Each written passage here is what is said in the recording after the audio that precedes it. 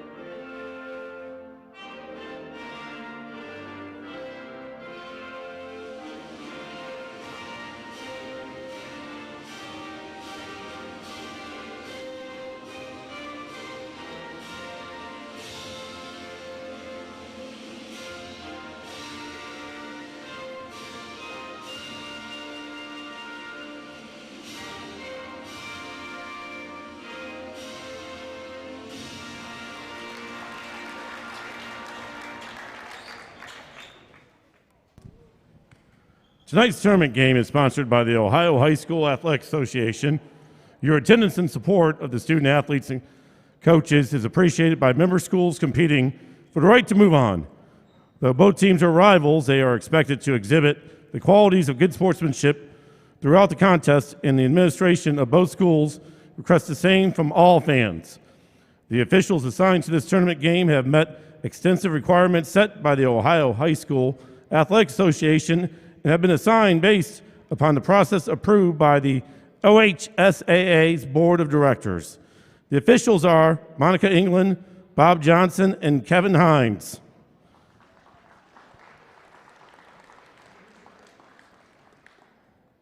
The athletes, coaches, and officials are guests of McClain High School. All fans are asked to respect the effort each of them has put forth preparing for today's contest. We ask all attending to show courtesy and respect for fellow fans, officials, coaches, those administrating the contest, and of course, your team and your opponent. And as important today as ever, please respect the game. Now, let's meet the players in tonight's game. First, if you're from River Valley High School and you're a fan of River Valley High School, please stand up for your Lady Raiders. Introducing the non-starters. Not dressed tonight is Zelly Mill Iron. Number 1, Brooklyn Clonch. Number 14, Emma Truance. Number 15, Madison Hall. And number 30, Abigail Browning. All right, Lady Raider fans, here are your starters for tonight's game. A 5'9" senior, number 2, Hannah Jacks. A 5'9" junior, number 5, Alexandra Holly. A 5'10" junior, number 12, Marissa Barkis. A 5'6" junior, number 20, Lauren Twyman. And a 5'9" senior, number 22, Sierra Somerville. The Lady Raiders are coached by Stephen Brown, assisted by Aaron Mulholland, Patrick Brown, and Damas Schultz. And now, if you're a Lady Tiger fan, up on your feet.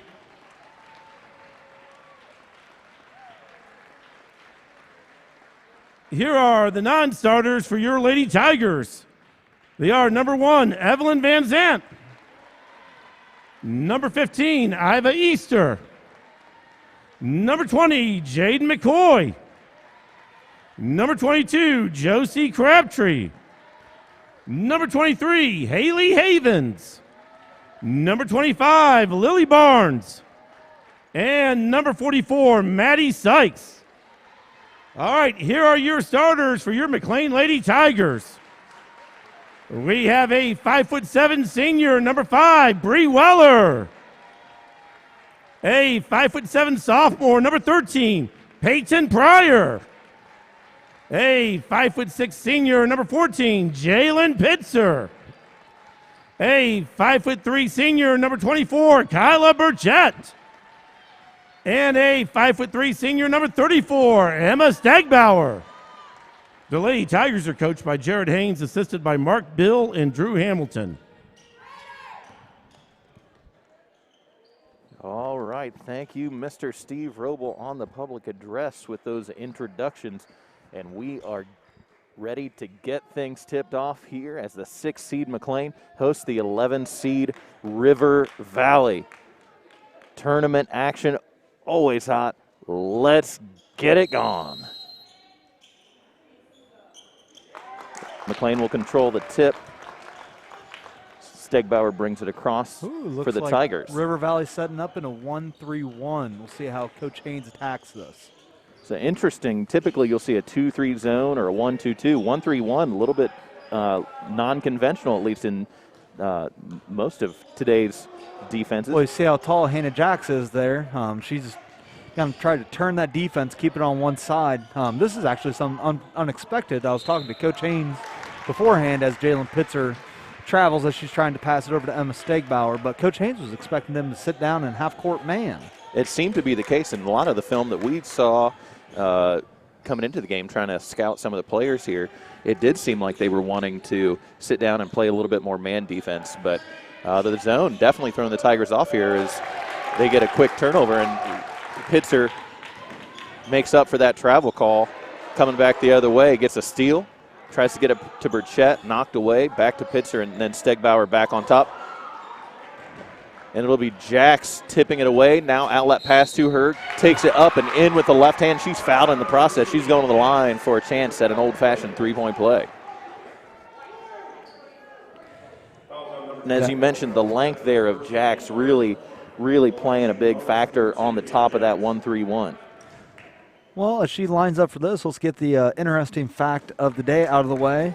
Mr. Weeks, what's special about River Valley right now? Well, I'm not quite sure. What do you have, Mr. Snyder?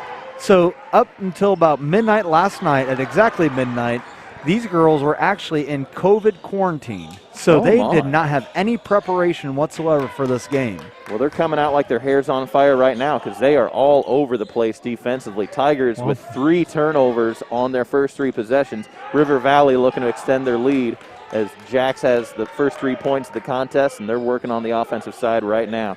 So Jax with it on the left, tries to drive in baseline, pass inside. Bree Wheeler gets her hands on it. Is coming back the other way for the purple and gold. Pryor with it, goes up, and she will be fouled in the process. Foul on the floor before the shot. That foul looks like it's going to go against number 20, Lauren Twyman. Yes, it does. It does go against number 20, Lauren Twyman. The guard, just a junior, very active on the offensive side of things. Inbound. Pryor, now Burchett in the corner, dribbles in, hop step, up, just a little bit hard off the glass. Coming back the other way is Hannah Jax for the Raiders. Jax will set it up, looks to get a screen, but that screen's not going to be useful as she's already picked up her dribble. Errant pass off of Twyman. Weller hits the deck, but the Raiders control once again. You can kind of see that quarantine coming in. They're a little out of sorts right now. They're trying to set those high screens, get the attack going down. And as you mentioned, out of sorts, a couple bad passes here, but they're able to control the ball. Still on the offensive side. Pass coming in, goes out of bounds, and last touch by the Raiders. It's coming back the other way for McClain. It seems like the River Valley ladies, they are getting a little impatient. That's something that could actually happen being off for 2 weeks. Right now, McClain, we're used to playing every day, getting back into it, running our offense, and they haven't had that opportunity. So it's definitely a chance to see what's going to happen with the Raiders, especially coming off that, to see how aggressive do they want to be. Burchett tries to get inside and pass off to Weller, unable to. Jax coming back the other way, gets the outlet, and now we'll settle it down a little bit, driving in toward the baseline on the left-hand side. She'll pull it back out, guarded by Stegbauer on the wing. Now back up top to number 12, Marissa Barkas. Now to Twyman. Twyman drives in on the right-hand side, puts up a shot, no good. Loose ball foul going to go against We'll the see. Tigers. And it'll be against number 13, Peyton Pryor. She'll pick up her first. It'll be the team's second overall for this first half. Right now, the River Valley defense is giving their offense a lot of time with that ball. Inbound comes in. Stegbauer knocks it away. Pryor corrals it, and it'll come back this way for the Tigers now. So moving right to left. Stegbauer crosses the half-court line. Left-hand side, Pitzer now back up top to Stegbauer. Swings it to Burchett. They're knocked out of bounds by Somerville. If they're going to get them out of this zone, that ball, we say it's got to get hot. It's got to move fast. They're waiting too long to get that ball moving from side to side and allows that zone to react. They've got to be ready to shoot them right out of this zone. There's a few ways to get out of the zone, but right now the Tigers have not found any of those so far. One's to shoot out, and the other is to penetrate and pass. Yep, attack the gaps. Fast passes. But right now the Tigers haven't done any of that. Pitzer puts up a three, no good. Pryor gets a rebound, no good as well. Knocked away. Jack's coming up the right-hand side for the Lady Raiders. Almost traveled. Weller near picking up a foul, so probably just offsetting there in the process. River Valley with it now. Truance on the top. Now over to Jax on the left-hand side. Jax will drive toward the free throw line. Gets it to Truance. Puts it up. Just two-handed push shot, but it is good. 5-0, the Lady Raider lead. McClain's got to see that basket go through the hoop, and the senior leadership, it'll take off. Ball goes out, and once again, turnover for the Lady Tigers. That has to be nearing probably 6 or 7 thus far already in the first quarter, and we're only about halfway through. This 1-3-1 really giving fits to McClain. Absolutely. I mean, it's tournament time. You take out the kitchen sink and you throw it. If it's something that you have in your back pocket all year, Emma Stegbauer doing a nice job getting her hands in there. Loose. Ball on the ground. Pryor comes up with it. Now coming back the other way will be the Tigers. Stegbauer now coming up the right-hand side. Dishes to Pitzer. Weller on the outside now. Back up to Stegbauer. It looks like they'll probably try to reset. Looks like Hannah Jackson. Pryor. If you watch these River Valley girls, Kyla Burchett shoots 3. No good. Just a little bit long. I'm sorry to interrupt you there, but That's it looks okay. like Hannah Jackson's getting a little gassed on top of that 1-3-1. If she doesn't press it, then it's going to be good pickings for the Tigers. And I think that's something we're going to have to look out for, as you mentioned, with the Lady Raiders coming off of quarantine just within the last 24 hours. But I imagine some level of conditioning is going to play a factor here. Twyman puts up a mid-range shot. It is good. 7-0 now, the lead for the Lady Raiders, and the Tigers need to call a timeout. Get their wits about them here. Now, one thing you can do as an offense in that 1-3-1 is, a zone gives you gaps. So you can sit in those gaps. When we get 1-3-1s ran against us, I love it because I put my shooters in the corner, and then it's all about moving the ball, moving the ball, getting in those big gaps, and then you get spot 3 wherever you want. And the thing about Coach Haynes, he has those shooters. They just got to figure out how to get it through those gaps. And that's got to be the big factor right now. You have to beat the zone by either, as we mentioned before, penetrate and pass, or you got to get the ball moving quickly around that zone to where the zone cannot recover, and you hopefully get one of your shooters with an opportunity to put one up and hopefully get one into the peach basket there. Absolutely. I have Easter checks in, so that's not a bad move. She's a great slash and dash dribbler. And she'll put a lot of pressure, especially on the, we mentioned the conditioning side of things. She has one speed, and it's go. Yes. Looks like River Valley's kind of softening in their zone, so they're not trying to trap as much. Easter with it, drives right side baseline, puts up right a shot. On cue. There it is. Right on cue. Tigers needed it, and that was the absolute right time. Iva Easter gets the first points for McClain to the game, 7-2 now your score. River Valley with the lead, 2:28 left in this first quarter. Jax with it on the top, tipped away by Bree Weller. Iva Easter gets her hands in there, wrestled away by Somerville, keeps it for the Lady Raiders. Jax drives across the lane, puts one up, no good. Stegbauer gets the rebound, coming back the other way. They got numbers. Euro step up, no good. Weller with the rebound, puts it up, also no good. Easter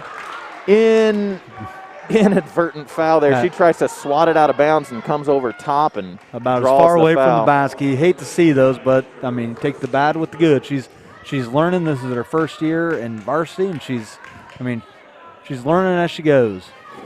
And that's just something you're going to have to kind of keep working on with her. But regardless, she's providing at least a little bit of kind of the Energizer bunny for the Tigers right now.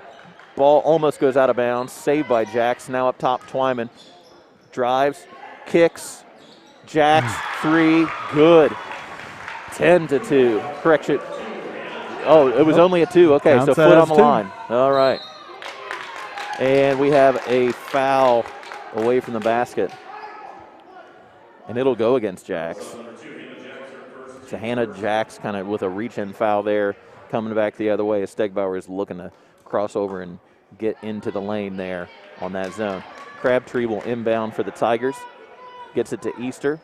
Throw over top to Stegbauer. Now on the left-hand side to Weller. Tries to get it inside to Peyton Pryor.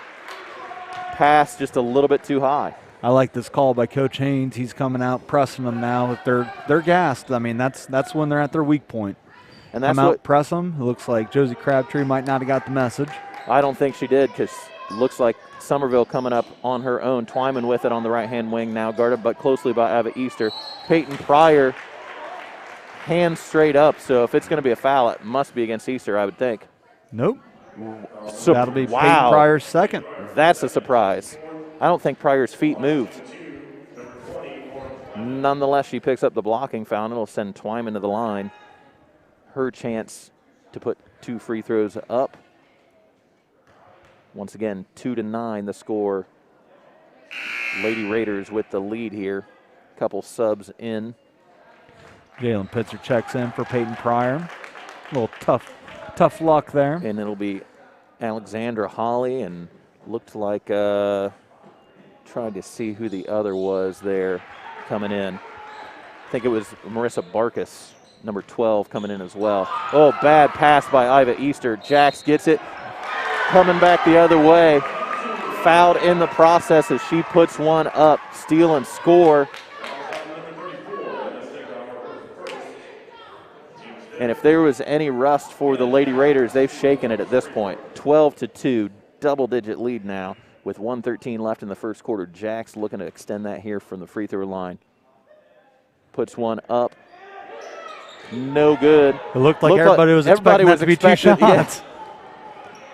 Got to know the situation there. Tigers come up with the rebound. Back out to Easter. And even though they're down 10, I mean, this is not time to panic for the Lady Tigers. And it'll be a jump ball as Weller gets her hands in there. Possession arrow is going to point the way of River Valley. We've seen the Lady Tigers come out on a slow start every now and then. And right now, not a whole lot slower than what you got here. Not necessarily the best at times to have that either. Good hustle there by Iva Easter. Now, the thing is, I mean, the Lady Tigers have had conditioning the last 2 weeks, and by rules, the River Valley was not allowed to meet up, so they haven't been able, all conditioning would be on their own. So as this game goes on, hopefully for the Lady Tigers, the River Valley, their legs start to give out a little bit more. We'll see what happens there. They sub out once again. Looks like number 1, Brooklyn Clonch will come in, the junior guard. Crabtree to inbound, gets it inside. Easter puts up a shot, no good. Ball bouncing around, Jax comes up with it. Driving up on the right-hand side. Knocked out of her hands, looking for a foul as she gets up off the deck. No whistle. Stegbauer with it, Easter coming in. On the left-hand side, this time she puts up a shot with her right hand and it banks in. So she's got all 4 points for McClain. Score 4-12, just about 20 seconds here left in the first quarter. And we'll see if River Valley holds for a shot here. So Jax dribbling right around the volleyball line, now gets into the lane, passes off. Great pass to number 12, Marissa Barkus. 7 seconds, got to look to push.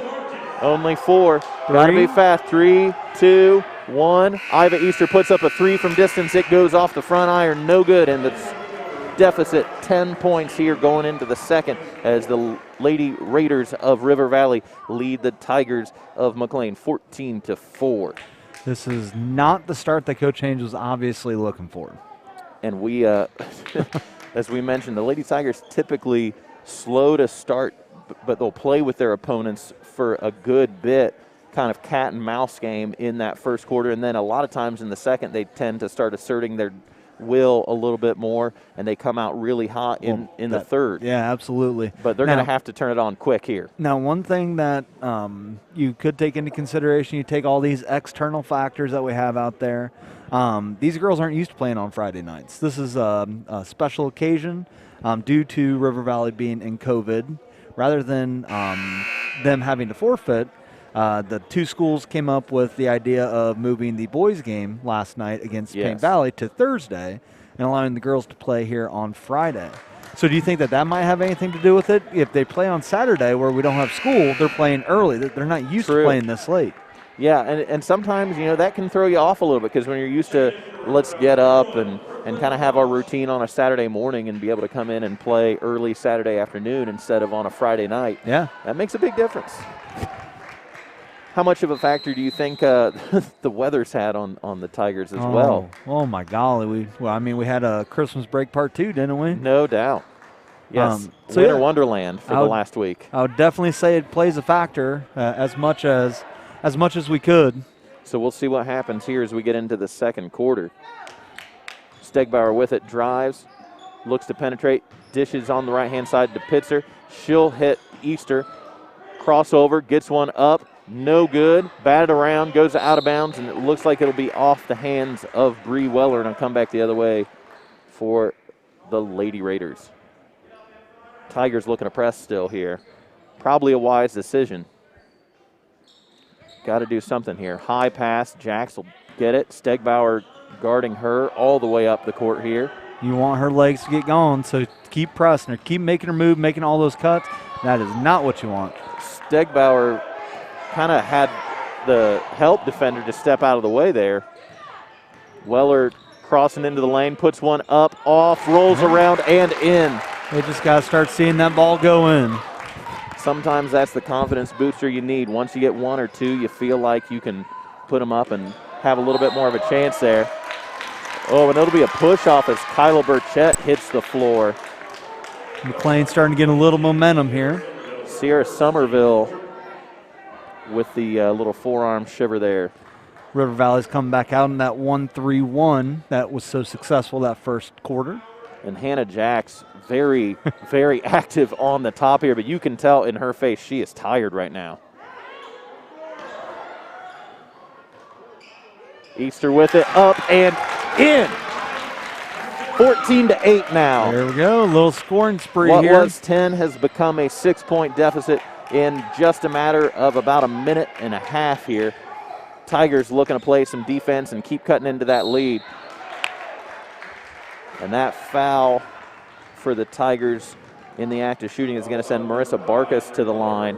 Weller will pick up the foul for McClain. Congratulations to Bree Weller, was named the FAC Player of the Year. Very well earned there. She's kind of been the go-to for the Tigers all year long. Barkas sinks the first of her 2 opportunities here at the line.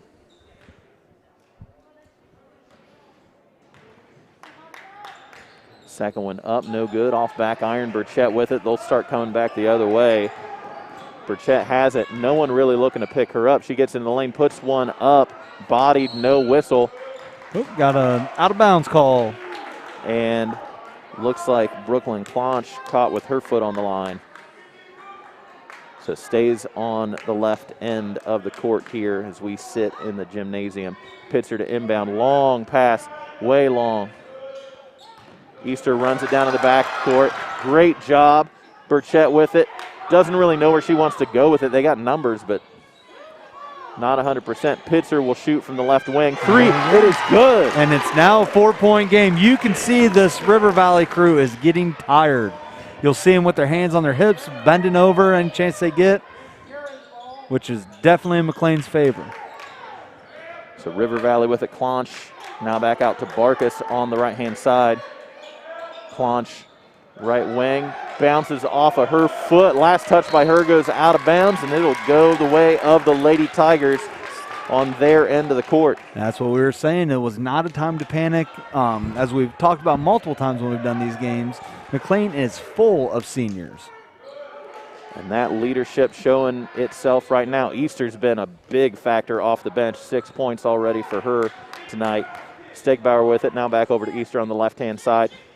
Pitzer up, 3. Now, do you see how they're Nylon. sitting? Do you see how they're sitting in those empty gaps? That's exactly what I was talking about. If you sit in those gaps, all you got to do is just pass patience. Pitzer gets her hands on the ball on the other end and gets fouled as Clonch hits the floor in the process. You got to think River Valley be looking for a timeout here. Jalen Pitzer doing some I think work we got here. one. Yep. And it will be a timeout for the Lady Raiders of River Valley, as that lead that was 10 is now cut to just 1 with 5:26 here left in the second quarter. That's weird. I mean, we'll keep talking about it all game, but these seniors, there's nothing that these seniors haven't seen before. So when they're down 10 early, when that River Valley 1-3-1 was getting to them, there was no panic whatsoever. They just knew that they just kept playing their game, and eventually it'd start to fall. And they've closed here in the first 2.5 minutes of the second quarter. They've closed that gap to 1 point with all the momentum going their way. And it's a huge turnaround here in just a short amount of time. And if you're McClain, you have to keep your foot on the gas. Yes, and they are gassed. The River Valley is gassed. That's when you got to smell blood and you go for it.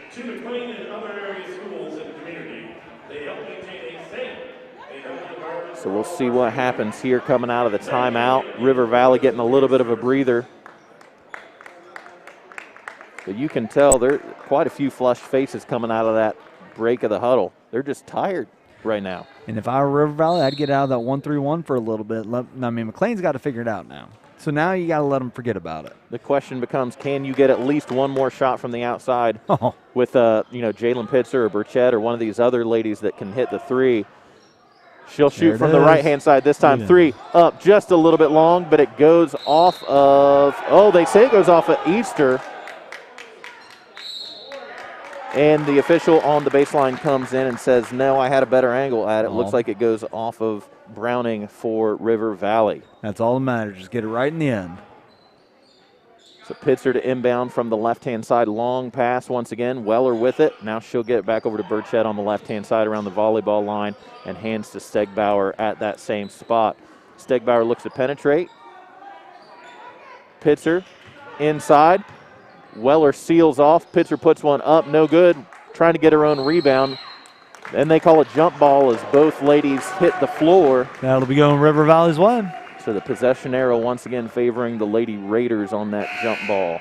Lauren Twyman checking in. You were talking about how she was considered to be the shooter for the River Valley ladies. So we'll see if she can provide a little offense. She's got 2 points on the night already. And unless I'm mistaken, River Valley has 1 point on the quarter so far. For correction, she actually has 3 points on the night already. But she has 2 fouls to her name, so if the Lady Tigers can attack her, might be able to get her in some early foul trouble here in the second. Turnover as the ball's down low around the baseline. Burchett comes up with it, coming back the other way. No numbers. Burchett will drive in, Euro Great step. take. She's got some feet there as she gets in toward it. Easter, nice. Thrown away. And she gets caught once again. You got a choice to make here with Coach Haynes. Does he take her out? She was the one who started the spark that did all this right here. Iva Easter. Looks like they're going to probably pull her as Van Zant runs her way to the scorer's table. Evelyn Van Zant, another junior. A little bit more of a spot shooter, more so than a slash and dash that Iva Easter is. Easter gets knocked in the back of the head as they're trying to get the ball up to the official on the other end. The Lady Raiders now in the bonus, single bonus that is. And they'll have Sierra Somerville at the line with an opportunity for the 1-and-1. No good on the front half. Weller comes up with the rebound. Knocked around from behind. She'll get it to Pitzer and then to Stegbauer, and they'll cross the line. Lady Raiders once again 1-3-1. They're content to sit in it. Yeah, I mean, if you don't have legs, there's Evelyn Van Zant, spot shooter, like I said, follows her shot. Goes up. Gets a jump ball. Now, one of the reasons why they might be sitting in a 1-3-1 or a zone rather than man is you run a whole lot less. That's very true. Yeah, you've only got a set area that you've got to cover on that zone. That might be saving their legs a little bit for the offensive side of things. Burchett puts one up. It's going to be off the right-hand side. No good. Van Zant this time short once again. And looks like Browning will be going to the free throw line as she's fouled by Pitzer on that rebound opportunity. McClain with the lead 16-15 here, 3:52 on the clock in the second quarter. As we start to see the McClain Lady Tigers start to shoot, that is one thing that they have, this home team, is they have shooters in spades. They have, pretty much anybody who steps on the floor is dangerous from deep.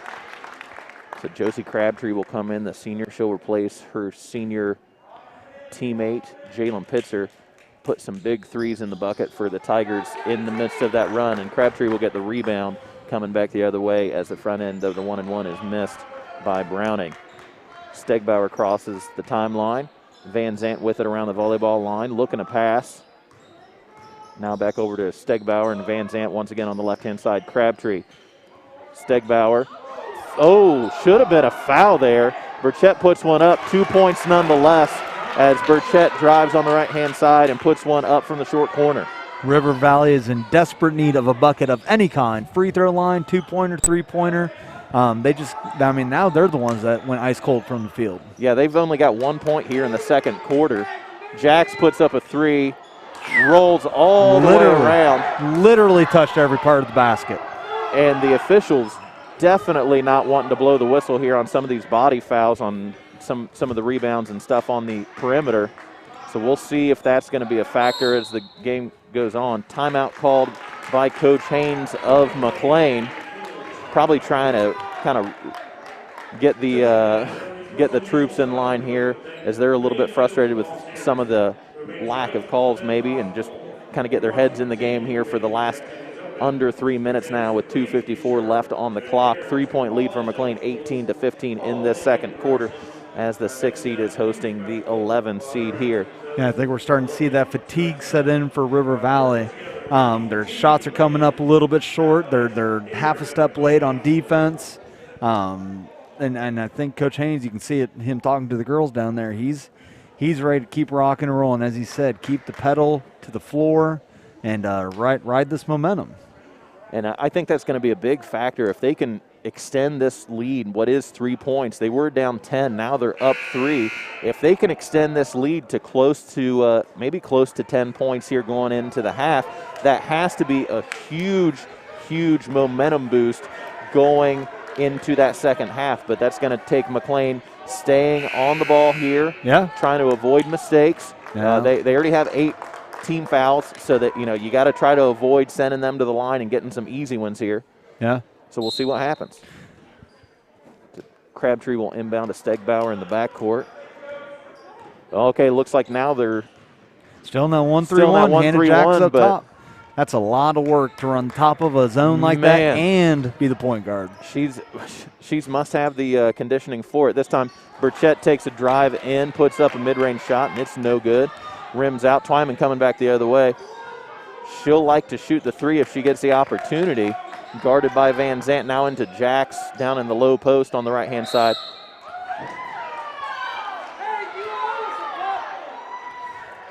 And there will be a foul called. They're going to call it on Van Zant. Looked like she had her hand on the ball, but the official says no, it was the wrist. And that'll send Hannah Jax to the line with an opportunity to shoot 2. And the Lady Raiders will be shooting 2 the rest of the way here if they're fouled, because they've got 9 team fouls against McClain right now. So this next foul will put the Lady Raiders into the double bonus. And so this is regardless. Yep.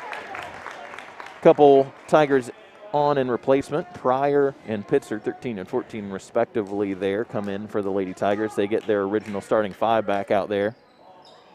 No good on the back half. I don't know if I don't think River Valley's made a free throw yet. They had a couple early. Well, their legs are gone. Their legs are gone right now. I'm start sounding like a broken record on that. Jax puts one up on the left-hand side, and she draws the foul against Stegbauer. Now, one thing you got to watch is the whole event plus reaction equals the outcome. The Lady Tigers cannot lose their head. No, have to stay in it. You control what you can control. Keep playing the best sound defense you can.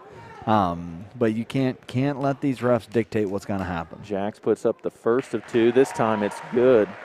So that's their first free throw, and I think the last 5 that they've made. So Jax breaks the unlucky streak from the charity stripe. She'll put up the second one, 18-16. Now still 18-16. Knocked out of bounds. McClain fans are getting a little riled up here. Marissa Barkas, last one to touch it there. Fans wanted a over the back call. Strangely enough, over the back, not a real call. That is true. It is actually a hand foul. That's right. Lazy pass on the top, stolen by Jax. She'll come back the other way. Transition bucket, she has a couple. 18-18 now. We're all tied up. Slow down. Slow it down. McClain just needs to run their half-court offense. Pitzer 3 from the left wing, no good. Pryor has the rebound, tries to put it up. River Valley's way. And that jump ball for the 3rd time tonight points the way of the Lady Raiders. Twyman did a good job getting her hands in there. Yep. So Twyman comes up on the right-hand side for River Valley, guarded by Stegbauer. They're trying to get it into Jax, poked away by Pitzer. It'll stay on this end. Looks like a 2-crew offense right there. They weren't really looking much of anywhere else. No, and you notice the last couple possessions, they've tried to run Jax in the low post a lot more with her playing that point guard role. Give her a break on top of that zone. No doubt. Somerville with it. No one finding Jax is on the outside. And we'll have a foul in the process. The fans on the home side stand up and cheer the official on that one. That foul goes against Alexandra Holly. She'll pick up her first personal foul, team foul number 6. So if there's another foul for River Valley, the Tigers will be going to the free throw line. We'll see if that takes place now with 1:11 left in this second quarter. 18-18, all knotted up. Stegbauer on the right side of the free throw line. Gets it to Burchett. Burchett Great in. take. Little Great take by scoop Kyle up Burchett. and in. She's had a couple of those tonight, and that one couldn't have come at a better time as they get the lead back once again. McClain 20, River Valley 18 here. Under a minute now, 50 seconds on the clock. Jax puts a little turnaround up, no good. Stegbauer with the rebound. They've got numbers if they want them. Stegbauer tries to drive it in, no good. Stopped, Burchett. One more pass. Good there look. it is. Gets it to Pryor. Pryor misses the easy Pryor, bunny. no good on the bunny. Twyman with it, coming back the other way. They'll set it up 25 seconds now on the top of the key. Now dribbling off to the right-hand side, back to the top, and she'll swing it over on the left-hand side. Jax with it. Should have been a travel, or at least that's what Coach Haynes wanted. No good on that one. Got to be careful reaching there, Bree Weller. Weller poking her hand in. Nice pass. No good, Over though. the rim, over the iron. Weller You got has a 3. chance. 2 seconds. She'll put one up. It's going to be short. No good. The Tigers will take a lead into the locker room at half. The score 20-18 here as McClain, the 6th seed, with a 2-point lead over the 11 seed River Valley. So we're at half. We will be back with you in just a few minutes. I'm David Weeks here with Travis Snyder. Thanks for joining us. We'll join you once again with just a couple minutes left in halftime.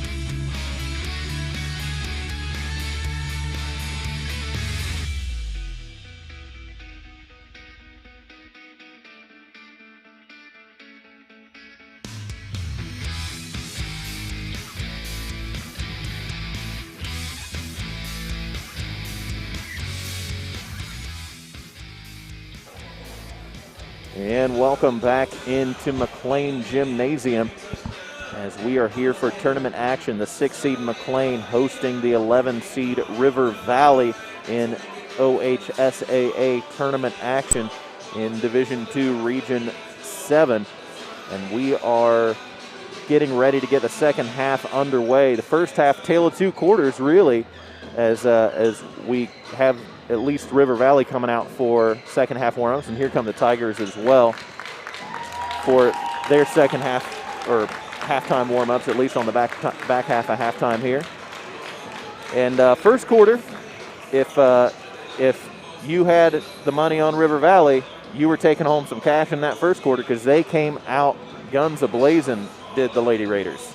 Absolutely. That 1-3-1 really threw the Lady Tigers for a loop. Like I told you in pregame, Coach Haynes was thinking they were going to come out and run half-court man, and, I mean, they ran that 1-3-1 well. They trapped out of the beginning, and then they started sitting in that soft zone once their legs started getting a little tired, and that's just as challenging as when they're running after you and trapping you. And in that first quarter, River Valley got out to the hot start, 14-4, their lead after one quarter of play, but the Tigers come roaring back in the second after a couple big threes from Pitzer and some good play inside by Kyla Burchett on a couple drives and some mid-range shots. And you got to remember Iva Easter coming in there providing that spark. It was a big help for the Tigers, and they were able to get 16 points in the second quarter, and now they lead as we get ready to start our second half, 20-18 here in McClain Gymnasium as the Lady Tigers host the Lady Raiders.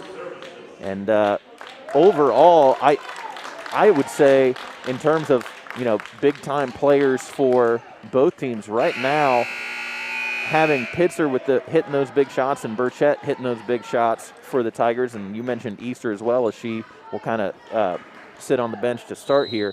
But those were big key plays for the Tigers, and for the Lady Raiders, Hannah Jacks has been all over the place. Absolutely.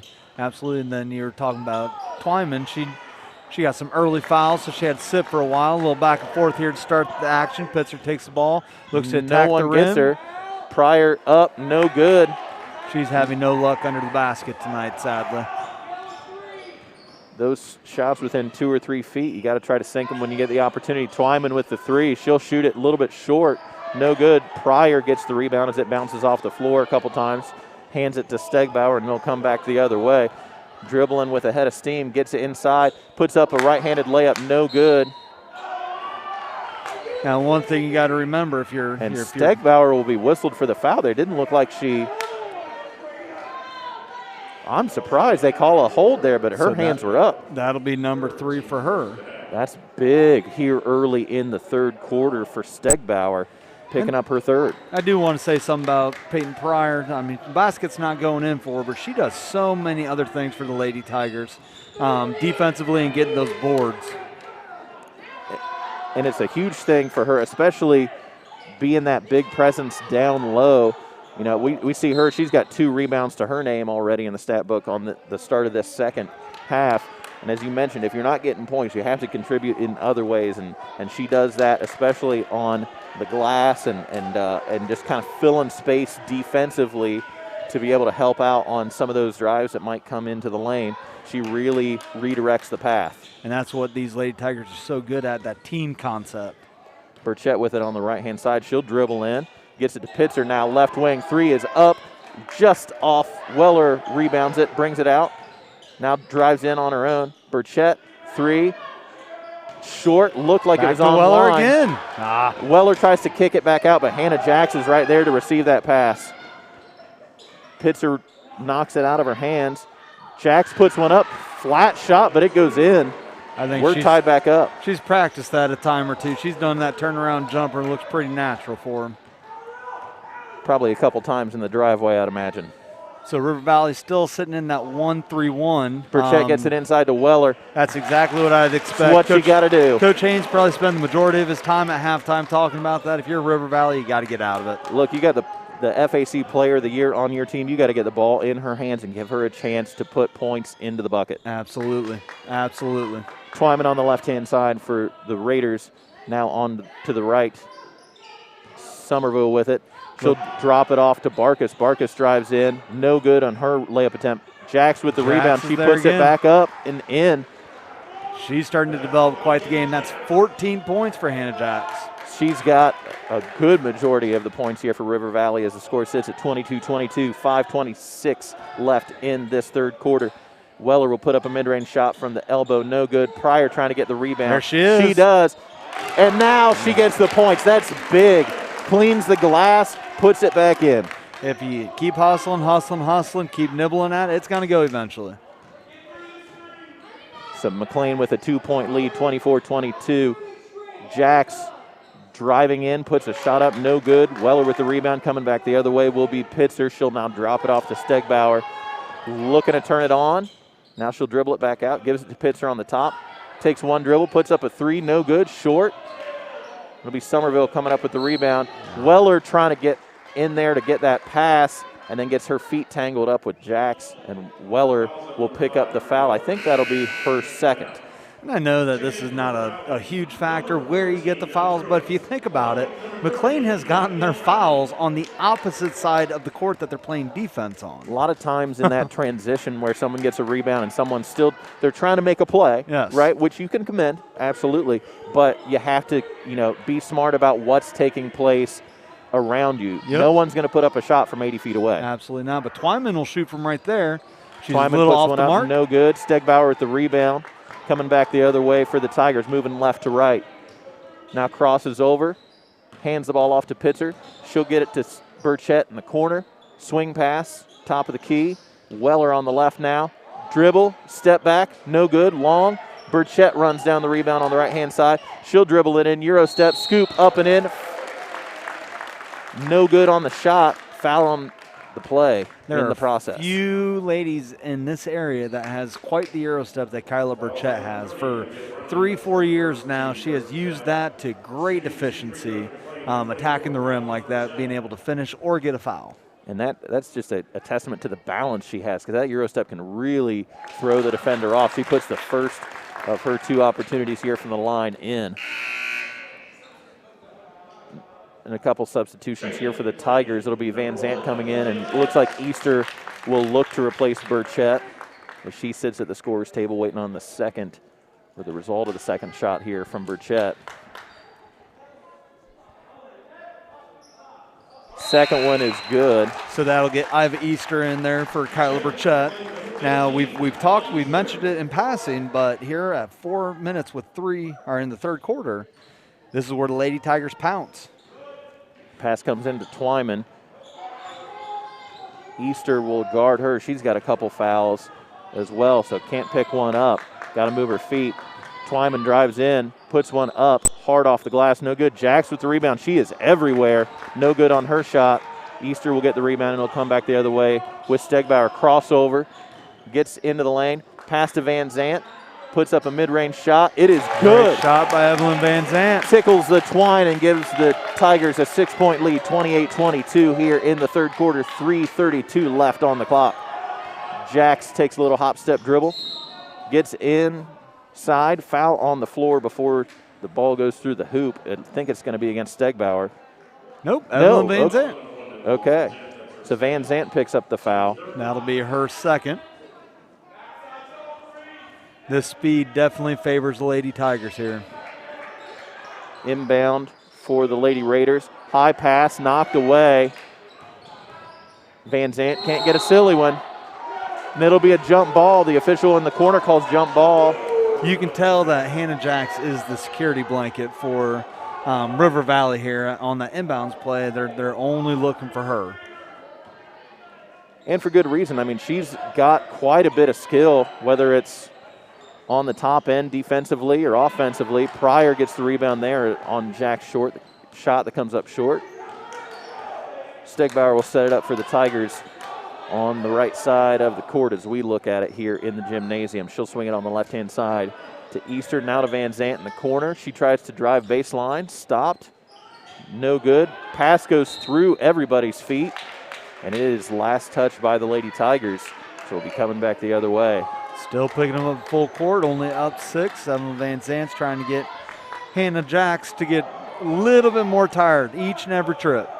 Van Zant doing a really nice job, kind of at least creating some level of havoc for Jax as she puts up a shot, no good. Easter with another rebound. She's dog tired. You can tell that the shots coming up. She's the last one coming up here on the court, trailing behind the play. And she's looking to kind of be that last one up the court and kind of maybe catch the Tigers in a bad pass where they're not looking for. Look at the speed of this rotation here. Pryor with a shot up, no good. She gets her own rebound. Easter with a shot. It'll be off on the right. No good. Van Zant gets the loose ball, puts up a shot, fouled in the process. And it'll go against number 14, Emma Truance. If you're River Valley, I mean, the only thing you can do here is slow the game down. If you slow the game down, you're not using up your legs as much. Momentum's going Tigers' way, so you got to slow this game down. Van Zant puts up her first. It hits the front and the back, but rims out. And River Valley will bring in a couple subs. Holly and Barkas, two of their starters, get back in here. Van Zant with her second opportunity here. Back end is up, and it is good. So they extend the lead to now 7. And Van Zant once again right on Jax. They know that she is the bread and butter for the Lady Raiders. They're just trying to keep the ball out of her hands. Should have been a travel there, or was close to a travel.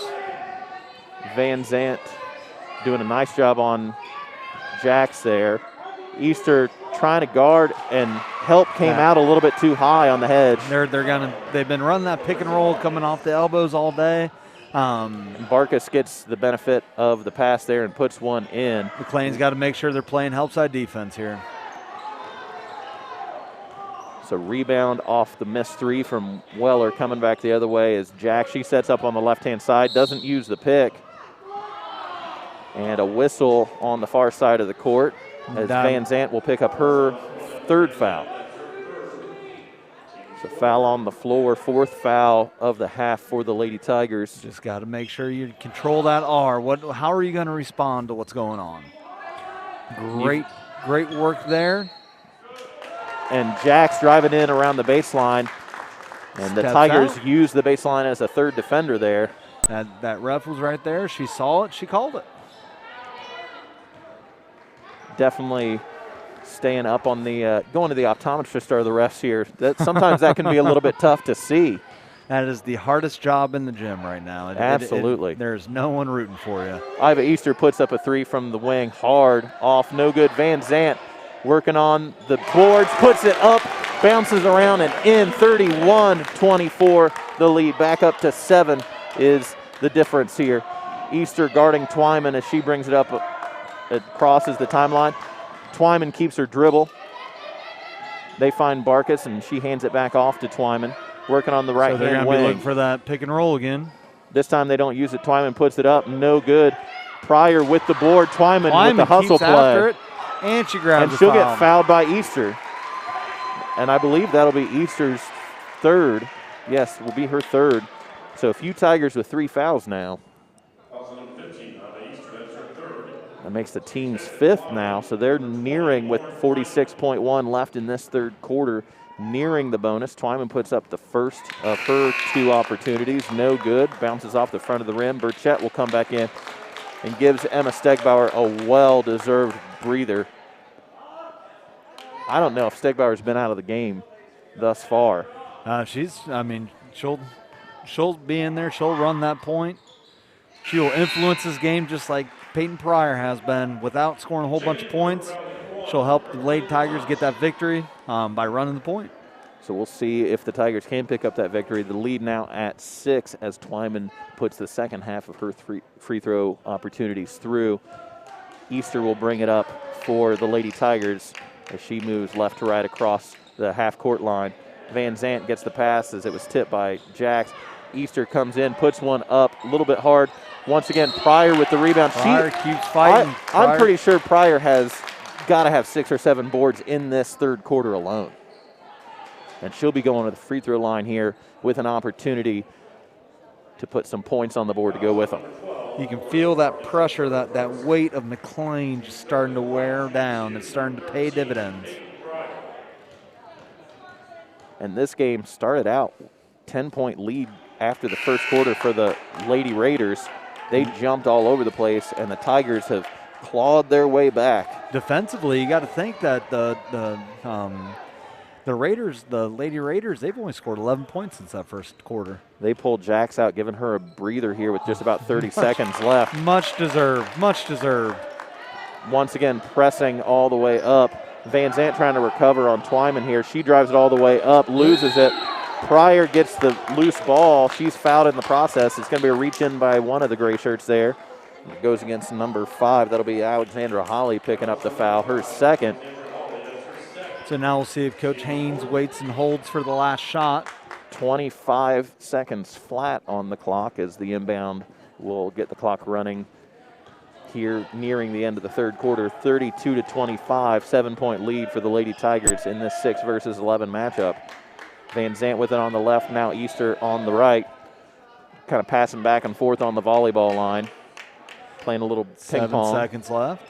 They're going to go at about 5. Pryor with it. Had a chance. Burchett will put up a 3. It's going to be no good. Short.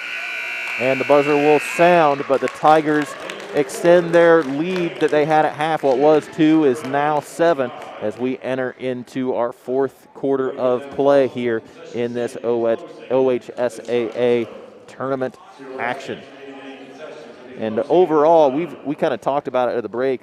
We mentioned that a lot of times the Tigers in the first half come out slow, will start building in the second quarter, and then really start asserting that will in the third, and we see that pattern continuing once again. Absolutely great second half team. They just keep running their stuff, and eventually it's going to start falling. I would expect Coach Haynes to come out here continuing to press and until this game is completely sealed, and then he might continue to press. And we know that right now, as it stands, the 7-point lead, although not necessarily a deal sealer, it is a big factor to overcome going into the fourth quarter for a team that has 25 points overall for River Valley. They've got to be tired at this point. And a broken record moment for me, it's the legs. I mean, the legs, you're seeing them miss the easy shots that they were knocking down in that first quarter. They're coming up short on their layups, but you can see it more importantly on the defensive end. They're not crashing the boards. They're not moving. They're not rotating in that 1-3-1, which is how McClain's getting these open shots. That's how they're extended the lead. It's a huge factor here as they will settle back in. McClain will have the ball to start the fourth quarter. And Emma Stakebauer starting the fourth quarter on the bench. They're going to ride Ivy Easter at the 1, and now she's checking in. And she'll have Jalen Pitzer join her at the scorer's table. They'll run at least one set and see what happens here. Easter will swing to Van Zant. They get it inside to Pryor. She's looking as Burchett's trying to flash down into that short corner. But Twyman does a good job coming out from the bottom of the zone there. Van Zant, low pass, but she is able to corral it and get it back out top to Iva Easter. Easter will now drive in, reach, called by Hannah Jax. You could see it there, though. I was about to comment. With high schoolers that they have a clock in their head, and once that clock ticks down to a certain amount, they feel like they need to get a shot up right now. You can see Ivy Easter getting impatient, ready to attack. They don't have to attack right now. Take their time, get their shots.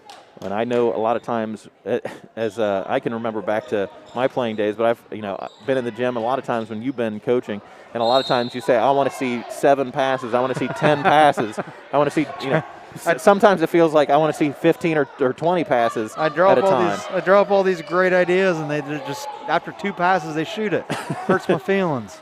I tell you what, they'll learn one of these days. Absolutely. Jack's coming back the other way for the Lady Raiders. She'll set up, guarded by Pitzer on the top, and she'll get whistled for what looked like a carry or a double dribble, perhaps. River Valley needs to run their offense here. They're not running that high pick and roll like they were. I think they got to settle in if they're going to come back here. Just kind of ISO ball there, trying to get the ball into Jack's hands. Stegbauer will drive in. Now gets it to Pryor. Pryor puts one up, and it is good. And there you can see what I was talking about, that rotation. They're doing a lot of standing and watching. So extending the lead to 9 now. Pass inside to Barkus. A little bit long. Pitzer comes up with it. Coming back the other way is Stegbauer. Running across half court. River Valley switching into 8-foot shot. Man-to-man. No good. Knocked out of bounds. It'll be last touch by It looked like it went off Pryor's hands, but they're going to say it goes off of Sierra Somerville of the Lady Raiders. So it'll stay on this end. White shirts keep it. Inside, Weller tries to put up a shot. Nice pass from Pitzer on that bounce. It'll be Twyman picking up her third personal foul in the process. Bree Weller, FAC Player of the Year at the line. Very well deserved there. She's an all-around great player, great kid to have in practice, and she takes care of best free throw shooter in the school, as I've said before. So she gets the first, puts the second one up, rims out, just rolls around. Pryor doing a great job on the boards. I jinxed her on that one, didn't I? Well, you know, every now and then, when it seems Can't like make that, 'em all. seems Can't like make 'em it's the all. case with broadcasting, right? As soon as you say it, it's automatically the jinx. The little kiss of death there. Absolutely. Stegbauer hands it off to Weller on the top. Now to Burchett on the right-hand side, and they just do a little bit of weave action here. Love the weave. Weller puts it up from three. Triple for Bree Weller. There we go, and the lead is extended to 13. This was the score of 38-25 was the final score of the 3 versus 14 matchup. A Circleville won last night. Circleville is taking on Logan very, Elm. very good program that the winner of this game will be facing, and Twyman gets an and one as she drives baseline and gets the layup. Pryor picks up a foul in the process. That'll be her third. So Lady Tigers 3 fouls just about all around for quite a few of their players. Twyman at the line gets the old-fashioned three-point play. Tigers looking to hurry here. Desperately needed for. Get it inside to Weller, puts it up. No good, but fouled. She'll be going back to the line. It'll be Barkus picking up the foul for River Valley, her second. And that's the team 7th. So the Tigers are going to be at the line the rest of the way as they're now in the single bonus. This will be 2 shots, though. Foul in the act of shooting. Weller puts the first one There's up. One and done.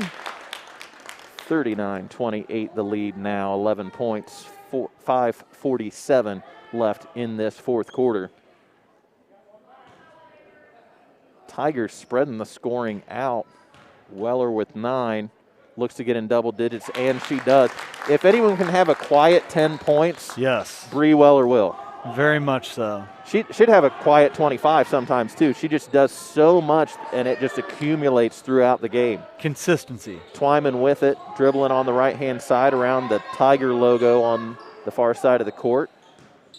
Now over to Jax on the left, gets a screen. Guarded by Pryor. She'll step back, puts up the 3. Rims around, good little no box good. out there, Stegbauer trying to get going up the court as quick as she can, maybe draw a foul. Does not, but Burchett gets it inside. Loose ball, Jax wrestles it away. Jax coming back the other way. Jelly Pitzer. legs. Poor girl. Pitzer knocks it out of bounds. And what we would have seen in the first quarter, as you mentioned, those legs really coming into play. Jax would have just put on the wheels and crossed over and gone in the first. Absolutely. And she just couldn't quite get past the white shirts of McClain there. And we got a timeout called in the process. It just seems like so much of the energy drained out of River Valley in the process of this second half. Absolutely. You can kind of see them in the huddle there. The heads are hanging a little bit. And they're just tired. Yeah. I mean, as you mentioned, coming off quarantine, that has to be rough. Whether you're in shape to play or not, throughout the season, taking a few days off and not being able to get in and even just do your normal routine of running through practice, even if it's not the most intense of practices, can really throw you off. Absolutely. Absolutely. So we got 5:07 left on this fourth quarter clock. Still a lot of time to play. 40-28 the overall score. So a 12-point lead for the Tigers. Right now, Bree Weller, the leading scorer for McClain, sitting at 10. And we've got Hannah Jax with 14. She leads all scorers in this contest. Both of them going to be on the floor, I would imagine, for a great chunk of the back end of this game. And as quick as Hannah Jax got out there scoring, when she stopped scoring, River Valley stopped scoring. So it was very, very difficult. They got to find, here in the last 5 minutes, if they want any chance, they got to find someone else to get that bucket in the basket. couple other Lady Raiders with points. Twyman's got 7. Barkus has 5, but not a whole lot of scoring other than that. Jax will get the inbound pass, puts one up, no good. Shot altered by, guess who, Bree Weller. And she just had her hand up. It's not always about blocking it. It's about Just little changing things. that shot. Twyman doing some work on the top end of the zone now. They'll call a jump ball. And it'll as be going she River Valley's and way. Stegbauer hit the deck. Seems like just about all those jump balls have really, the possession arrow has pointed to the Lady Raiders. Get them at the right time, right? Absolutely. Absolutely. So Jax back to her point guard duties, guarded by Stegbauer all the way up the court. She'll cross the timeline. Right around the logo. Little run. High post Yep. action. High post, looking for that high Twyman looks for the 3. It'll be short.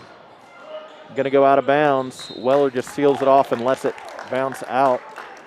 We'll come back the other way for McClain.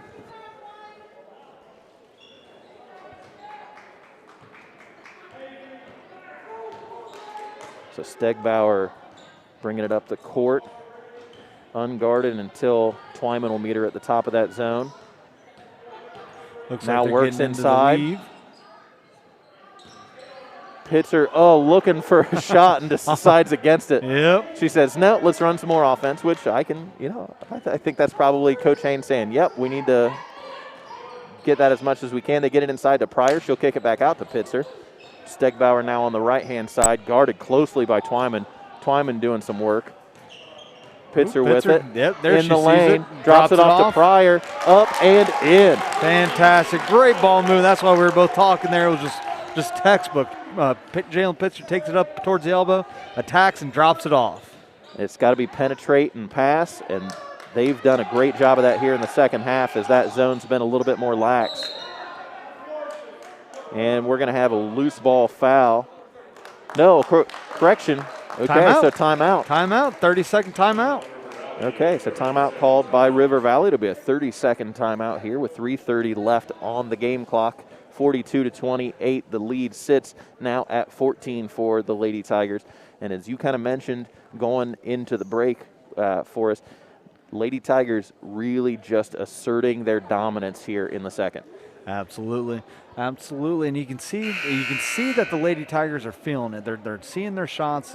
Everything's opening up for them. They're penetrating the gaps. They're dropping it off. All their shots are set shots. So, I look for the Lady Tigers to continue to extend this lead here with 3:30 left in the fourth quarter. In this second half, you cannot say enough about the effort of the bigs for McClain. Peyton Pryor on the boards and now scoring some points. I'm not really sure if she had any points going into the half, but she's got 7 now to her name, at least on the board here in the gymnasium. And Bree Weller only had a couple going into half. She's got double digits now and just rebounds all around. They're going to call it a blocking foul, but it'll be for an illegal screen. Okay, so It will. Yep. Player control foul there. Player control foul there on the illegal screen. Number 14, Emma Truance, gets whistled for the foul. And it'll be coming back the other way as we are nearing the 3-minute mark left in the contest. Stegbauer with it, guarded very closely by Twyman, gets it inside to Pryor, and she's going to get whistled for a travel as the ball gets kind of trapped against Barkus there. Barkus doing a nice job staying nice and tall, and Pryor trying to work around her but moves her pivot foot in the process. It's coming back the other way is River Valley. Jax with the ball. She'll hand it off to Twyman as she crosses. A little bit lazy on the handoff there. That one will go to McClain. Pitzer does a nice job getting her hand on top of the ball, and it'll come back the other way by way of jump ball. Now Jalen we Pitzer. Oh, go on. Jalen Pitzer hustling all over the place in this game. Absolutely. Her last opportunity here as a senior playing on home court. She's making the most of it. McClain's in a weird spot right now. They got to be careful. They are up 14, but there's still 3 minutes left to play. A couple quick threes, and River Valley could be back in this. So they got to make sure they execute on offense, keep looking to attack, and try to get as many points here as they can. Inside to Weller. She puts up a shot, no good, but Pryor gets the rebound. She might have close to 10 now. Absolutely, absolutely. And I'm not sure what the overall count is, but I think she's got to have pretty close to 10 in the second half alone. Stegbauer puts one up. No good. Pitzer gets the rebound. Yep, McClain keeps getting those boards. Get enough shots, one of them will go in. Stegbauer working on the top, bounces off of her foot. Pitzer hits the deck. It's going to be a backcourt violation. No, okay, Twyman touches it first. And they get a timeout. And they get the timeout in the process. And Coach Haynes kind of throws up his hands. Oh, can't believe that.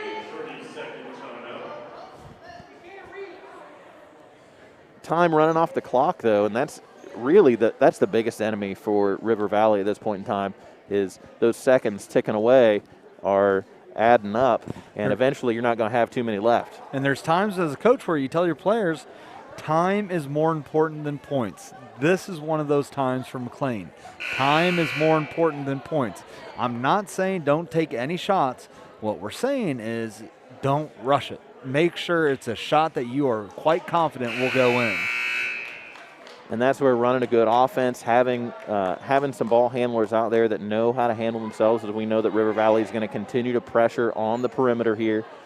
But McClain's got to do a nice job of keeping themselves composed and really just doing their job, running that assignment to a T.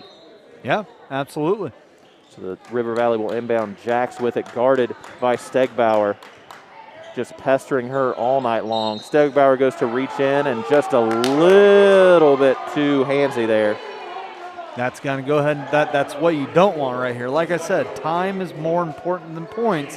When you stop and now they're in the bonus, now they're able to close that gap without any time being ran off. And Stegbauer picks up her 4th personal foul.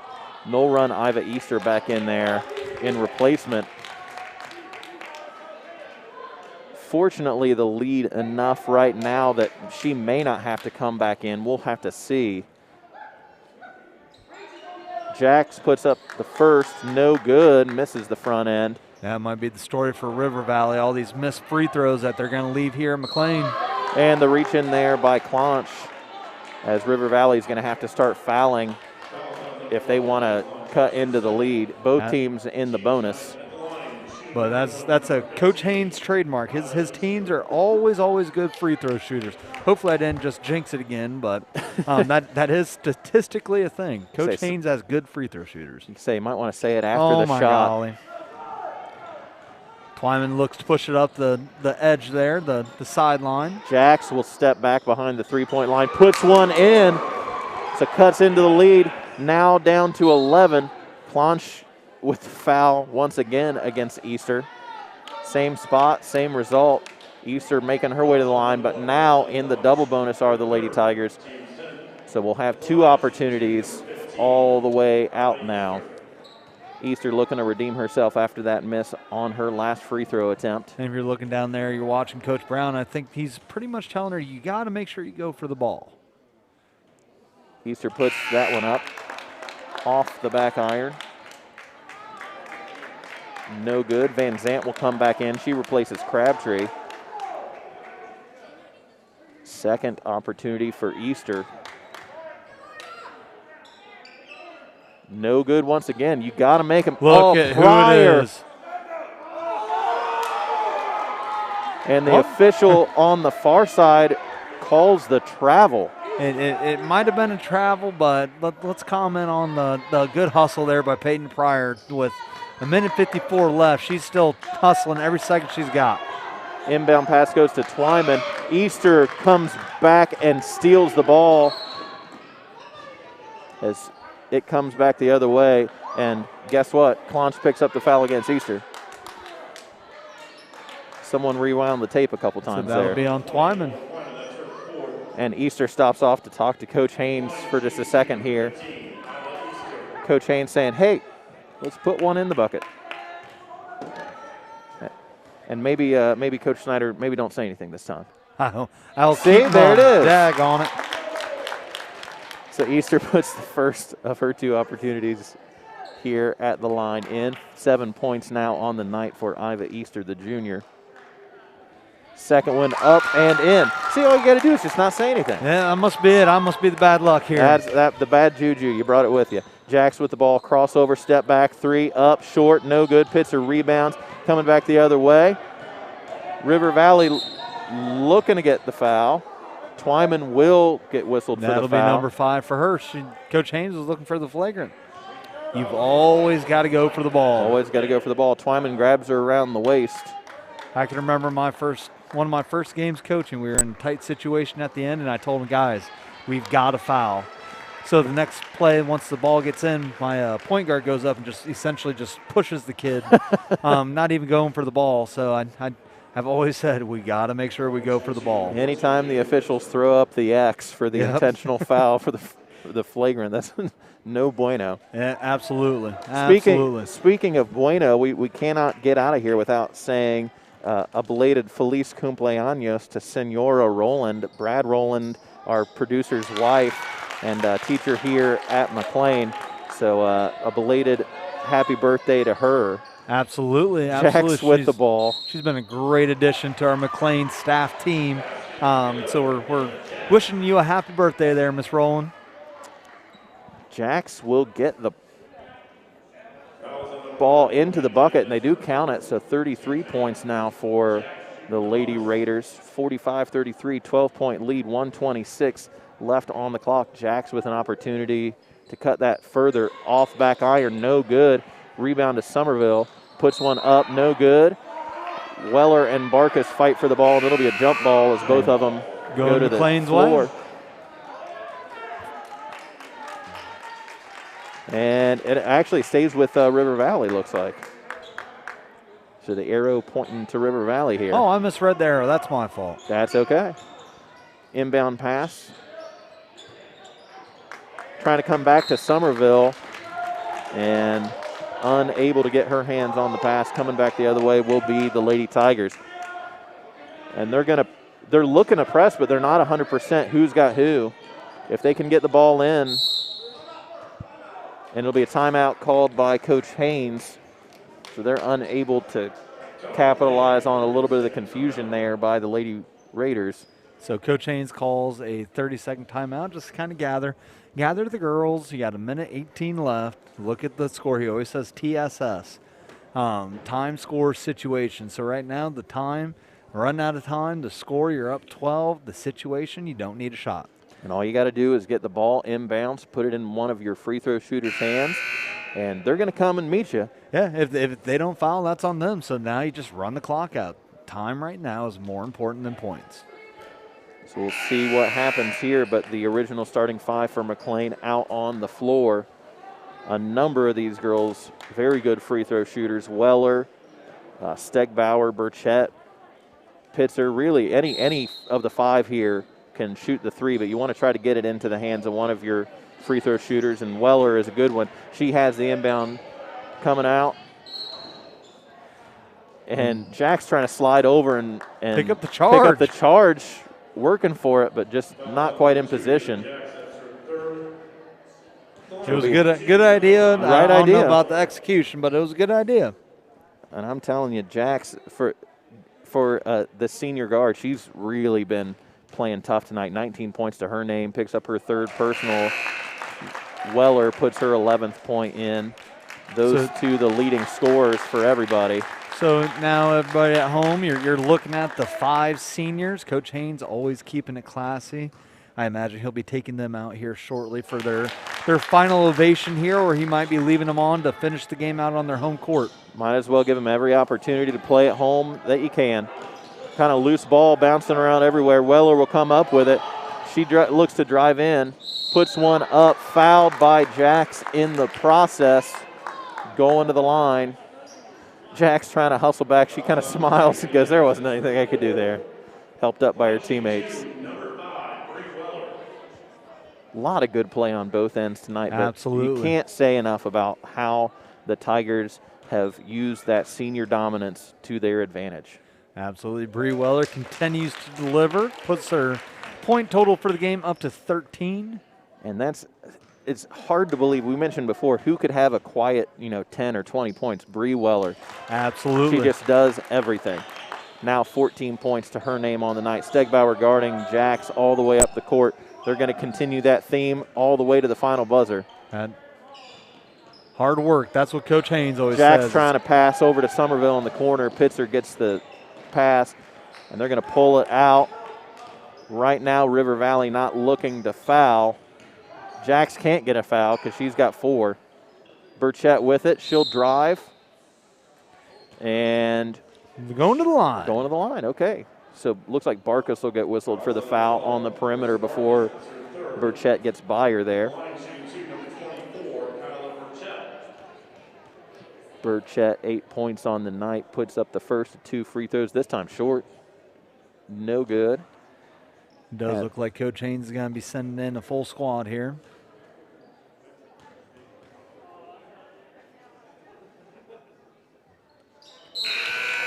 And here comes the seniors. And a big ovation, standing ovation for the seniors as they come off the floor here on the home side. Big congratulations to them. They're going to pick up a win here with just 35 seconds left in this contest. The first ever playoff win here at McClain High School in the OHSAA era, as far as I know. A lot of times these games played at a neutral site over either Adena or Waverly. And you know, I like it like this. I like this. You get the home court advantage. I hope this is something that COVID does bring to the OHSAA, that you get home court advantage your first round. And Coach Haynes did mention in one of the last contests that we were able to call here before the weather kind of threw things for a loop here. But he did mention in the postgame interview that a lot of other regions do have the home court advantage for the higher seed. So maybe this might be something that that the Southeast District maybe looks into moving forward. Absolutely. I think that would be a great idea. I think it's a great special little treat that that these athletes can have. You play so hard all season long, and then you have to go to a neutral site. How about one last trip on your home court? Easter puts the first of her 2 in, extends the lead to 51-33, now 52-33. River Valley will inbound. Jax picked up her 5th foul toward on that last one. So Clonch with it now. Guarded on the left-hand side. And the foul by Haley Havens. Yes, it'll be Haley Havens picking up the foul there. She fouls number 15, Madison Hall, the sophomore guard. Back in the day of newspapers, my uncle always said, first thing you should do when you get in the game, get a foul, because that way you're going to be in the newspaper the next day. I think sage advice. So I think newspapers might be a thing of the past, but the wisdom stands. Yeah, what's paper? Oh, goodness. On the box score, always nice to have your name in it, whether it's for hopefully for the good things. But, you know, if you're gonna have that happen, might as well be for something. And the Lady Tigers will pick up the win as the buzzer sounds here in McClain Gymnasium. 52-34, the 6 seed beats the 11 seed. And the Tigers will be moving on in tournament action here in Region 7. So they'll move on to play Circleville, the 3 seed. And they were victorious. That game took place last night. Both games, as you mentioned before, were slated to take place yesterday or Thursday night. But as we mentioned, River Valley coming off of quarantine, that made it a little bit difficult for that to take place. And so they decided to flip-flop and get this game in here on a Friday night. And, you know, usually Friday nights are for the boys' team to be playing, and the ladies are playing on a Tuesday or on a Wednesday or maybe a Saturday. But nonetheless, the Tigers come out victorious here on Friday night, and a great way to go into the weekend. They bring out the ladder, and the Tigers are going to get an opportunity to cut down the nets here in their home gymnasium as they pick up the win. And this is another special thing that you would getting to play at home. As Mr. Roble announces them, they are the sectional champions now. And so they will set themselves up and get an opportunity to take home a little bit of the nylon with them here this evening. And the senior Emma Stegbauer gets a little side hug from Coach Haynes, and she'll be the first one to cut some off. Looks like they might need to move that ladder a little closer. They might. I am not a ladder expert, but Yeah, I've not been to ladder school necessarily, but might be a good idea. I wonder if us announcers go get a piece of nylon. Yeah, that's a good question. Bree Weller moves up the ladder. I'm sure one of the coaches will give up theirs. Maybe we can talk to Coach Beal. There you go. Speaking of Coach Beal, he's a Michigan man, as we know, and Michigan coming off of their kind of extended break on the men's side of things for NCAA action. Yeah. We got a big matchup between two top 5 teams as Ohio State and Michigan will be pitted against each other. Best rivalry in all of sports, and two best teams in the Big Ten, both vying for a 1 seed in the NCAA tournament. We got that action on, I think it's Saturday here. Is it? I believe Saturday or Sunday. I can't remember which. But it's this weekend. But that's one of the crazy things about Ohio State and Coach Holtman is Ohio State always has either they're lower and then they perform way above where they're expected, or they're higher and then they perform below where they're expected to be.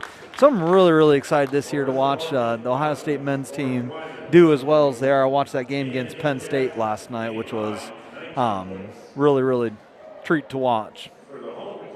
And so let's go ahead and get a little bit while the Lady Tigers are able to cut down the nets here, and we'll kind of go through a little bit of the scoring for both teams. We'll hit River Valley first here on the scoring side of things. Madison Hall has a point in the books, and then Emma Truance, the freshman, has 2 as well to her name. Marissa Barkas, number 12, doing a nice job getting 5 points. Twyman, number 20, the junior guard, gets 7 points as well. And leading all scorers on the night is number 2, Hannah Jacks, the senior. And she was everywhere in that first half, and I think just the kind of lack of ability to keep that conditioning up with having to take that unexpected break due to quarantine really played a toll in her ability to be effective in the second half. Absolutely, and I mean, you nailed it. She was everywhere, literally everywhere. Run the top of that press or top of that trapping zone, and then once her legs started to go, the offense started to falter, and that zone got a little lackadaisical, and that's when McClain moved in. So let's go ahead and go over the McClain scoring. Okay, so for McClain, Evelyn Van Zant has had 5 points on the night. The junior guard there coming in off the bench and getting some points to her name. Peyton Pryor and Jalen Pitzer both with 7. Kyla Burchett had 8, going out as she is a senior here and been playing on the varsity level all 4 years. As Kyla Burchett doing a nice job in that second quarter, especially when McClain hit that run to kind of cut back into it and get the lead going into halftime. And then Iva Easter coming off the bench. Once again, the spark plug, 10 points to her name on the night. And didn't seem like she had quite as many in the second half, but she was a big part of that run going into the back end of the first quarter and then into the second. She just added that energy and allowed McClain to really start kind of turning things on. Well, if you remember, they hadn't scored until she got in. So when she got in, she got them through that, got them off that goose egg, and I guess they just kind of picked momentum up from there. And unsurprisingly, leading scorer for the Lady Tigers tonight. What's your guess? I'm going to have to go with Bree Weller, the senior, number 5. Yes, indeed. FAC Player of the Year, and you see why this evening. 14 points. I don't know how many rebounds she had, but she was a force all over the court for the Lady Tigers, whether it was offensively or defensively.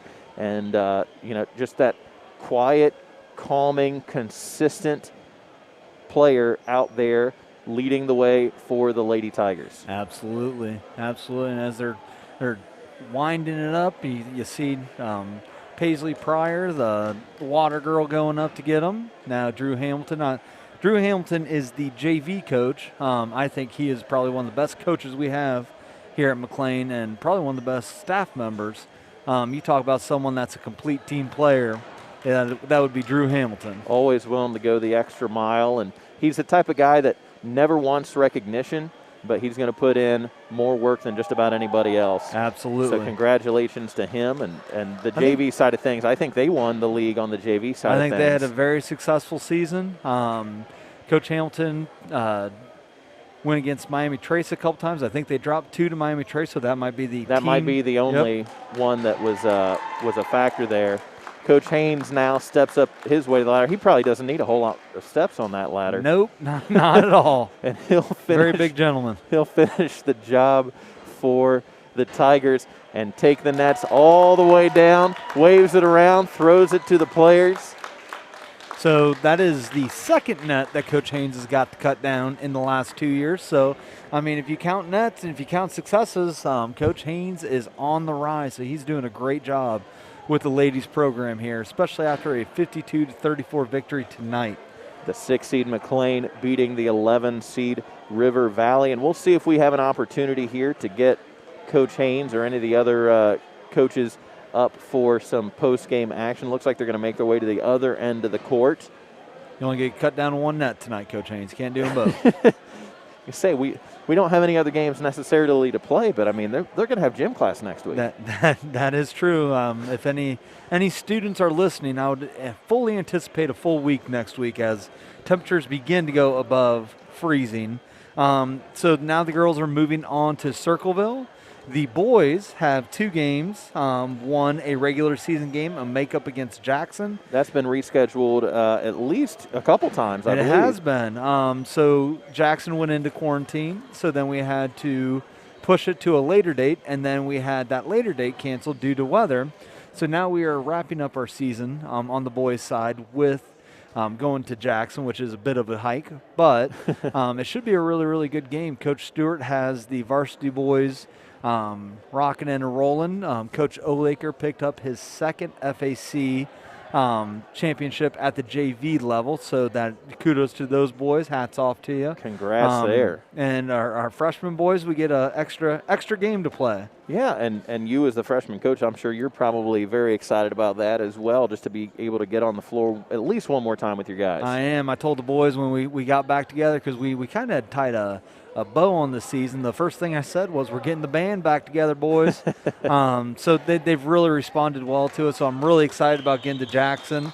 And I mean, I think the boys might have just as much success in their game against New Lexington that the girls had tonight. So we're hoping that we can finish this season strong. We just want to see both teams move on. We know the Lady Tigers will be moving on as they will take on the number 3 seed Circleville. So not too far of a bus ride, but it'll be Tiger against Tiger action. That is true. As the Lady Tigers of McClain will travel and wear the away jerseys for the next one, as they will take on the Lady Tigers of Circleville in Circleville's home gymnasium. And Circleville's had, sorry, I didn't mean to talk over you there, but Circleville's had a lot of success the last couple of years. Last year they were a 1 seed.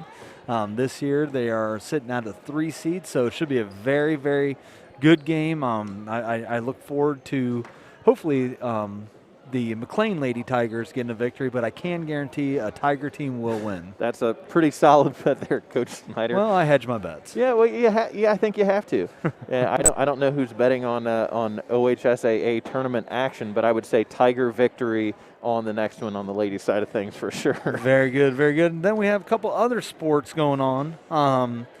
The first one is our wrestling team finished up their leagues, and you want to tell us a little bit about what happened there? Yeah, so on the wrestling leagues, a little bit of a kind of delay to that one as well. That was took place not this week, but the week before, and once again delays due to weather. McClain was set to host that on what was, I believe, Tuesday night, and it got pushed back and pushed back and pushed back due to incoming weather each night.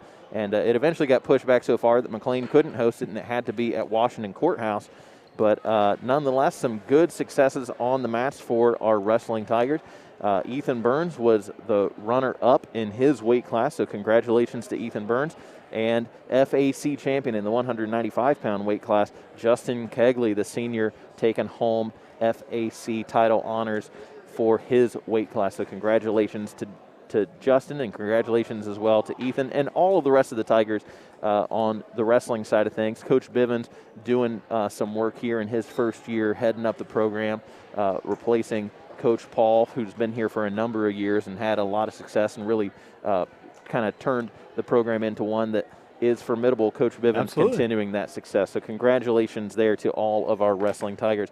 On the swim side of things, they had some district action, and it was a long bus ride for them. They were up at Bowling Green, my old stopping ground. So they went from the sweet rolling hills of southern Ohio to the flat, desolate winterland that is Bowling Green. So the girls up there, they didn't quite as a team do as well as they were hoping, but they had a swimmer, Kerrigan Pollard, who actually beat her own record. Do you want to talk to us about that? Yeah, so she had set the record for the 50-yard freestyle at the FAC League meet, which was hosted at the Fayette County YMCA just about a week or so ago. She had set that record and had cemented her name on the board, and she thought, you know what, that's not quite enough to be satisfied with. So going up against some stiff competition, she resets her own record. I think that the time was, if I saw right, 25:79. Okay. Which is just blazing fast for the 50 freestyle, obviously being a school record. But she resets her own record, and she ended up finishing 7th overall in the 50 free. So they're waiting to see if her time will qualify her for the overall state meet or not. But congratulations to her. And then let's talk about the cool part. Yeah, Let's talk about the cool part here. A little bit of now I'm not 100% on this. I'll have to check out all of the history annals. Well, that's how I teach my class. I'm not 100% sure, but I'm going to take a guess. That's right. We'll read a book about it sometime. But in terms of the record books, I'm fairly certain she might be the only, or at least one of the only players on the boys, or one of the only athletes on the boys or girls side of things to have her name in the record books in 3 separate sports. She's got the record for swimming. She also has the pole vault record on the track and field side of things for the girls, and she's got the overall goal title to her name on the soccer field. And she's going to be going to Mount St. Joseph's for college to play soccer. So congratulations to Kerrigan Pollard, great kid. One of my favorites to see, always a smile on her face. Not only is she a great kid, but she's heck of an athlete. So now she's going to continue on into the track season. So we're wishing her the best as she moves on. And then we got bowling. We got one more sport to cover. Bowling, they had 2 new coaches, Allie England and Jason Evans.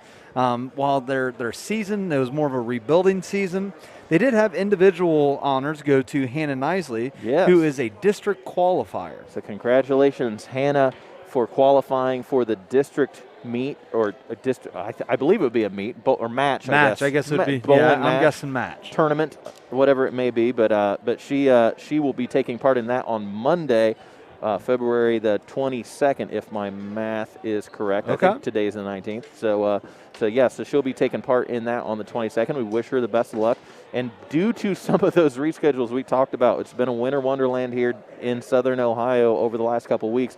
What would have been the league meet about a week and a half ago has been rescheduled a couple times, and it's actually going to get going tomorrow morning at 9 o'clock. So, oh, wow. So the sectional match already took place for the ladies, and the league meet just got pushed back. So they'll have the league meet here on Saturday. Okay. And the Tigers looking to see what they can do on the league level. But Hannah Nisley will get a little bit of a warm-up a couple days ahead of time. So that hopefully will help her out. And as all these seasons wrap down, we're looking to spring, getting back outside, warm weather. The big thing that my hope is that next year we can stop wearing these masks and we can kind of return back to normal.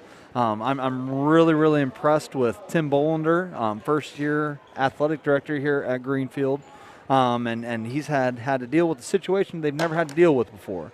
So I think he's done a great job getting us through these winter sports.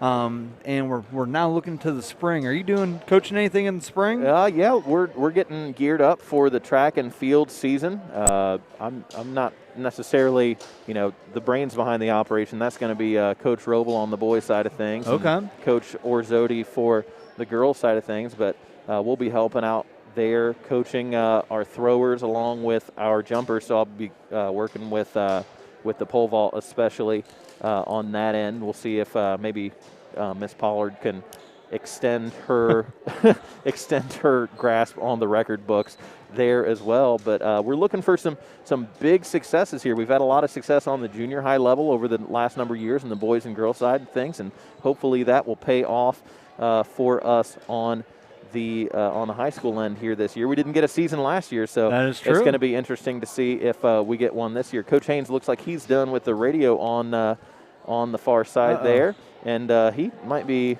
mildly distracted. He's trying to. I think he's happy. Look for. We'll see if we can't get his attention. We'll try to wave him down here. Not really sure if he looks like he's content just to talk to talk to some folks down there, get some high fives and fist pounds and all that other stuff. He's making his way off the floor, so I think we're probably going to go ahead and wrap things up here. He gets a hug from his wife Michelle and a couple of the other senior parents there. I bet he wants a hug from us. He needs to come up here. I think he does want a hug from us. We'll see if we can get his attention. It's hard to see us with the back of the head, though, so not really 100%.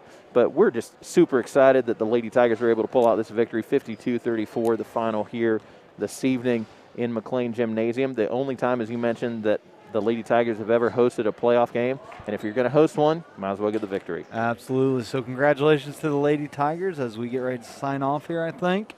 Yes, indeed. We've had a great time.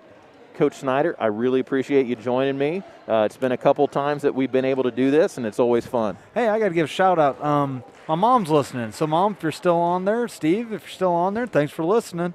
Hopefully it was enjoyable for everyone, not just my family, but hopefully it was entertaining on a Friday night, and we appreciate you tuning in. So thanks so much for tuning in. Hopefully the next time we get to do this, watching the round ball, we'll have a lot more folks in the seats, and it'll just be those who maybe aren't able to be here or out of state that want to tune in. But we're going to, if OHSA lets us, we're going to keep live streaming as long as we can, because we're just excited to be able to bring you this product, and especially to be able to get the eyes of some other folks that might not have been able to be here otherwise on these athletes. These kids put in so much hard work. The coaches put in so much hard work with them, and they deserve really everything they possibly can have with all the work they put in, with all the uncertainty of this season. It's definitely worth it, and so we're going to keep this up as long as we can for the kids to be able to enjoy their opportunity to kind of be on